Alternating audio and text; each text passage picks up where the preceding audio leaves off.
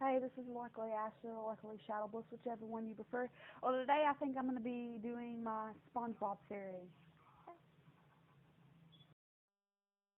Okay, there's a good chance Pearl's adopted or not Mr. Krabs' biological daughter. This explains why she, in the series, is a whale and he's a crab. Mr. Krabs uses drugs in his secret sauce, and that's the secret in the Krabby Patty secret formula. But where does he get these drugs at? He gets them from Plankton, and Plankton doesn't really have a failing restaurant. That's just kind of a cover. The whole restaurant thing's really just kind of a cover up. Him and his computer wife Karen, and the reason why she's a computer wife is that kind of symbolizes, maybe I thought, house arrest. It kind of symbolizes maybe house arrest in Plankton and his wife. They sell drugs and stole merchandise. This explains why he's always in trouble. And stealing the Krabby Patty secret formula is sort of like, that's his. It's kind of like this code of how he'll go in acting like he's gonna steal the Krabby Patty secret formula so his failing restaurant can succeed. That's just what he acts like and lets on, but he's really just there to provide Mr. Krabs with what he needs. Okay, Squidward and Squilliam are actually related, and they grew up together, and they grew up kind of real classy, like real, I guess, classy and fancy, and anyway, they've always been like really really competitive, and they had similar dreams. Well, Squilliam succeeded in his dreams at being big and like art and music, but Squidward not so much. And Squidward is the reason why he's so pissed off and angry all the time is because he's just pissed off at the world. He's pissed off that he failed. He's just pissed that he failed. And sometimes, yeah, well, he's just pissed off that, he failed. He feels like he failed. He failed. He's just pissed, really angry about that. And he just takes it out on everybody because he's just basically angry about what happened. And he just doesn't like where he's at in his life right now.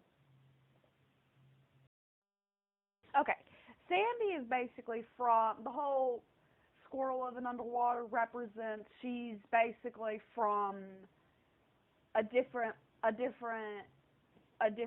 totally different place. She's from a small town in Texas, and the Bikini Bottom is like a very very different place than what she's used to, and that's kind of what that represents. And she, kind of came to the town for, I guess, research and science is kind of the way I maybe research and science, but the whole squirrel in the bodysuit or scuba suit represents she's from a totally different place, and it's kind of what that represents.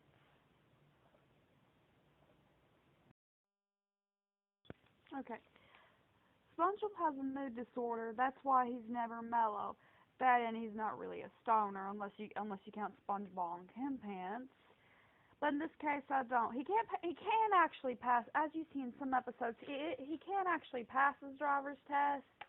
It's just Mrs. Puff won't pass him because she purposely finds any reason to fail him, because the medicine he's on for his mood disorder has some pretty strong side effects, and she's worried, and she feels that him driving would be dangerous.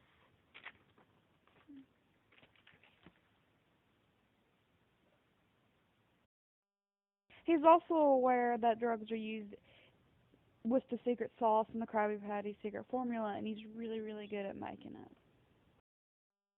Okay. Patrick basically lives off the government. He acts like he's more challenged than what he actually is. Mrs. Puff moved to the Bikini Bottom for a fresh start, but sometimes her past finds a way of catching up to her. One of the reasons why I could come up with maybe why she puffs out is well, panic attacks is what I can get out of it. And also, I said it before that she won't give SpongeBob his license because of his mood disorder, and his medicine has some pretty strong side effects, and she feels like it'd be dangerous if he drove. He can pass his driver's test. She just chooses and finds any reason to fail him. Because that's what he was taught. That's what he was basically taught growing up. Okay. Well, that's what the fuck is wrong with me? I'm so awkward. Well, that's my SpongeBob theory. Hopefully you enjoyed it and it wasn't too cringe-worthy. Well, thank you for watching. See you next time.